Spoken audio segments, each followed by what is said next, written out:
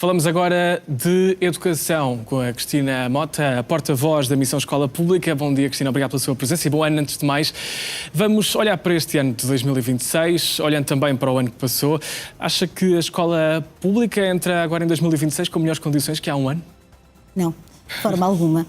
Ora, bom dia, Rodrigo. Agradeço mais uma vez o convite. Obrigado. E faço votos também de um excelente 2026. De maneira alguma temos uma escola melhor do que aquela que tínhamos há um ano atrás. Pelo contrário, os problemas que já havíamos detectado, aliás, que têm sido indicados nos últimos anos, tiveram um agravamento este ano, portanto, de 2025. Portanto, o número de alunos sem professor continua a aumentar. As aprendizagens dos alunos, acreditamos que nos próximos estudos vão mostrar que estão também em declínio. Face a essa falta de professores. Também, claro, também. É logo aqui um fator. E já agora isso vai agravar-se nas vossas expectativas? Vai. No próximo ano letivo?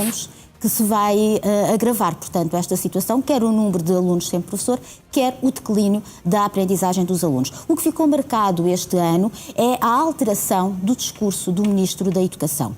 Portanto, principalmente no início deste ano letivo, nós verificamos que o Ministro da Educação adotou um discurso muito menos dialogante do que aquele com que iniciou, portanto, o ano, e também vem a desconsiderar os problemas, a desvalorizar os problemas. Nós entendemos que essa foi o principal fator. Portanto, começámos logo o início de 2025 com mensagem do Ministro da Educação a dizer que nos ia dizer o número de alunos sem professor. Primeiro começou por dizer que seria apresentado em fevereiro, depois em março, passou para abril e depois chegou à conclusão que não sabia, nem conseguia saber e, portanto, até hoje não temos um número. Nós, Missão Escola Pública, temos criado condições para indicar pelo menos uma perspectiva do número de alunos sem professor. Os nossos números são sempre por defeito, portanto esses números serão sempre maiores do que aqueles que nós vimos a indicar, mas entendemos que é uma vontade política aquela que está a condicionar a divulgação, que está a condicionar a transparência de números no que diz respeito a este de facto podem ser ainda mais dramáticos do que aquele que nós já sabemos. Já agora fala aqui do Ministro da Educação, peço-lhe aqui uma análise. Há polémica a envolver, neste caso foi sobre as universidades, mas é o Ministro da Educação. Acaba por ser contraditório, todos nós ouvimos de viva voz aquilo que disse sobre até os alunos carenciados, depois virou-se contra a RTP. Que análise é que a Missão Escola Pública faz desta polémica a envolver o Ministro da Educação?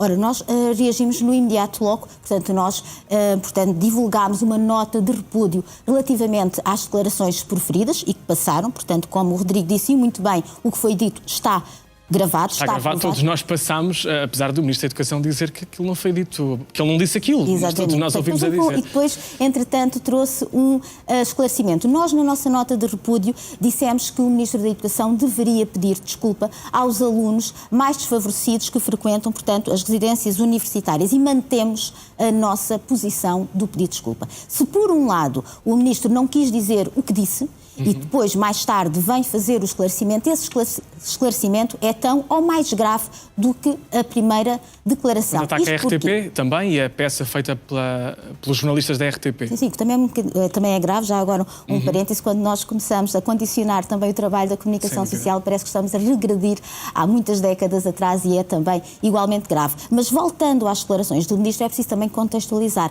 É preciso lembrarmos que o Ministro tem mostrado um discurso, uma comunicação toda ela muito frágil. Regressando a 2024, quando o Ministro entendeu que já devia diminuir em 90% o número de alunos sem professor, é logo uma declaração que condiciona aqui o discurso do Ministro. Mais tarde, quando iniciou este ano letivo, dizendo que 98% das escolas tinham professor, todos os professores garantidos, também nós entendemos, e depois veio-se a provar, que não correspondia à verdade. E depois quando nos disse também que os professores perdiam a sua aura quando se manifestavam, quando participavam em manifestações, todas estas situações criam um historial de declarações que depois, lá está, condiciona de imediato e conduz de imediato, portanto, a uma avaliação das declarações do Ministro. E voltando a elas, se não quis dizer que efetivamente são os alunos mais carenciados que degradam as residências universitárias, dizendo que são os gestores e que, pelo contrário, ele não é preconceituoso, aliás, quer, portanto, proteger os alunos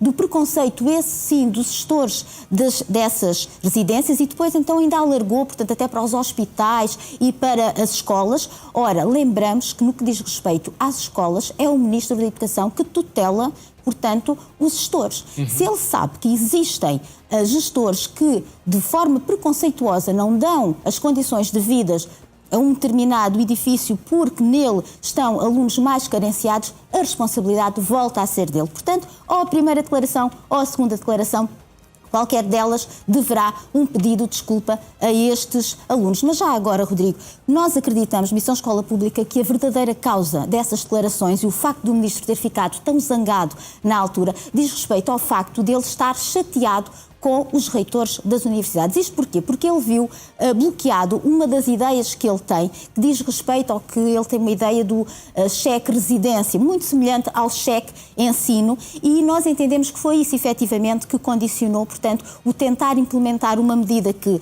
portanto, que vem da direita liberal, não é? Portanto, no sentido de os alunos terem o cheque ensino, o cheque residência, e que nós entendemos que é uma medida que, de modo algum, deve ser aplicada nem nas residências e muito menos no ensino. E já agora, Rodrigo... Para fecharmos mesmo agora, certo. São muitos desafios que a escola pública tem para 2026. Mas já agora duas questões. Primeiro, para o Ministro voltar a ouvir uma entrevista ao público do ex-Ministro da Educação sueco, que fala justamente no que diz respeito às escolas independentes e no que diz respeito ao digital, que foi também algo que marcou o ano de 2025. Portanto, é muito importante. E já agora, porque nos estamos a aproximar do final e relativamente às expectativas, nós, Missão Escola Pública, entendemos que a palavra de 2026 na educação para o Ministro da Educação vai ser o facilitismo. Isto porquê? Porque nós estamos a prever que exista, portanto, um retrocesso, ou melhor, exista uma diminuição do nível de exigência para se lecionar. Portanto, já em 2023, o Ministro João Costa diminuiu o número de créditos necessário para a lecionação e nós entendemos que este vai ser o passo do Ministro da Educação para garantir mais pessoas a tentarem lecionar. E daí, precisamente, essa palavra exatamente. Do facilitismo. E também, no que diz respeito ao acesso às universidades, também diminuindo aqui para apenas uma disciplina. Portanto, é muito grave. É o facilitismo, mais uma vez. Exatamente, é o facilitismo. Muito bem, temos Portanto, mesmo que terminar. este Ministro vai certamente ficar lembrado por alguns como aquele que recuperou ou que deu o tempo de serviço. Mas nós, Missão Escola Pública, acreditamos que ele corre sério risco de ser um Ministro que vai fazer regredir a educação aos anos 80 do século passado. Portanto, relativamente a 2026, o que nós entendemos é que as posições, o que o Ministro defende, tem de ser revisto e tem, efetivamente, de valorizar a profissão docente para conseguir combater o número de alunos sem professor. Obrigado.